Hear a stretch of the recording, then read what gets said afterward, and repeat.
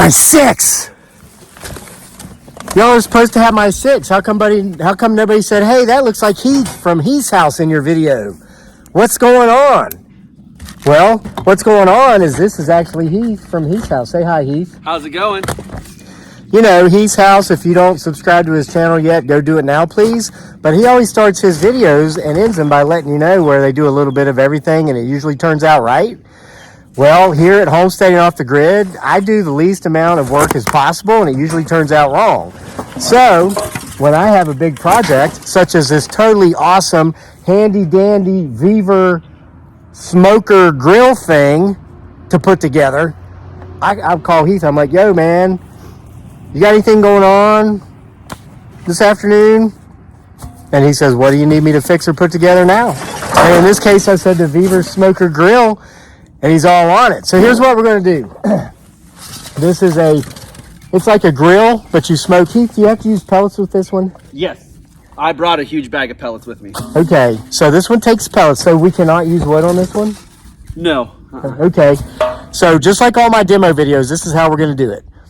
Heath and I, but mostly Heath, is going to be putting it together. We will follow the instruction manual. Well, I would. Heath probably doesn't need to. But if we find any like troubleshooting issues where maybe something needs to be done differently than what it says in a manual or based upon Heath's past experience with doing such things, we will record that part to show you, hey, when you get to this point of the project, you might need to do it this way. And then also, I will start my watch.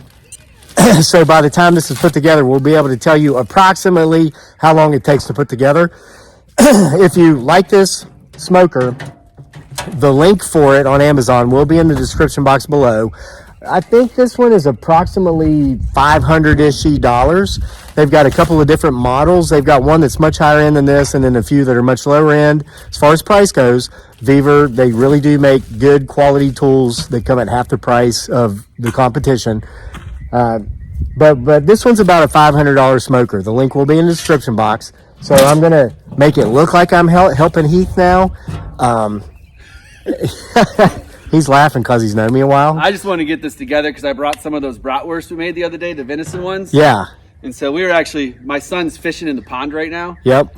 And I'd rather be fishing, but I want to eat some smoked meat. So we got to get this together. Yeah. We can eat some smoked meat. Well, and if the kids catch big enough of a fish, we'll smoke some fish too.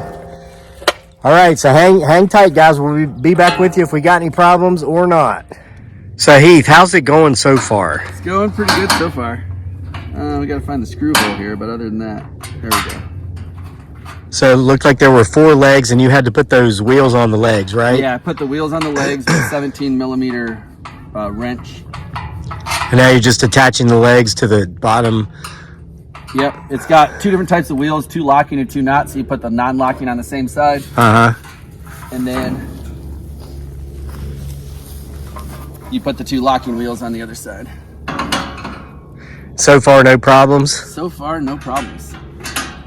And it looks like all you need is that 17-millimeter wrench. Yeah.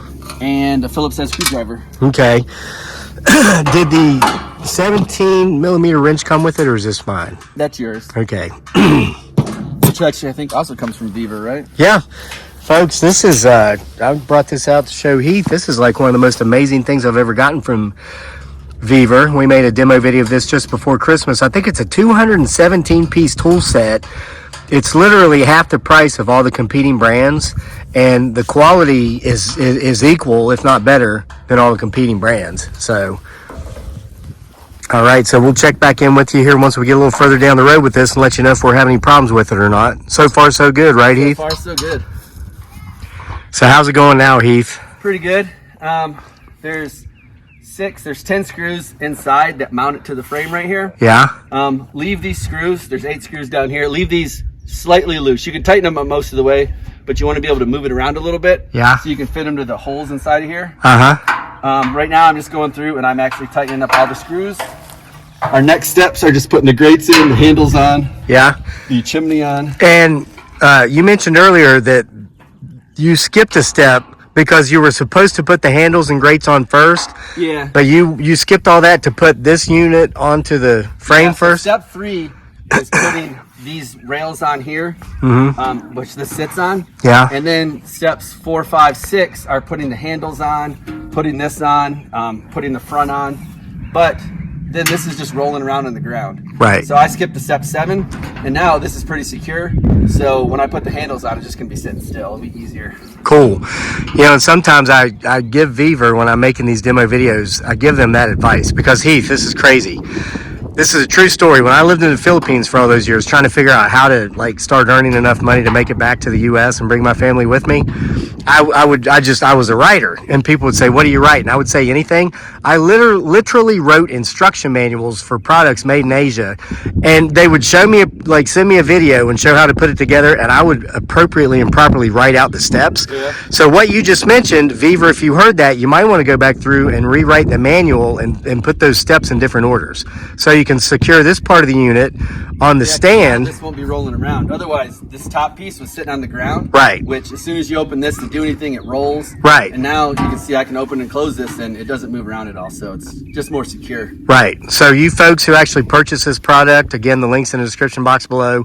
Remember that when you're putting it together. Skip from step 3 up to step 7, and then go back. And now these are steps 3, 4, 5, and 6 here, right? Yeah. So now I have to put the chimney on, which also I don't have to bend over now because it's not sitting on the ground. Right. So. And anybody over 40 will appreciate that.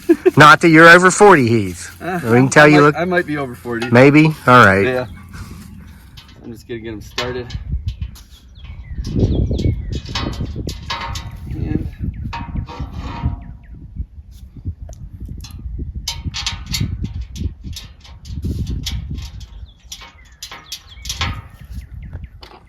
finish them off with a screwdriver.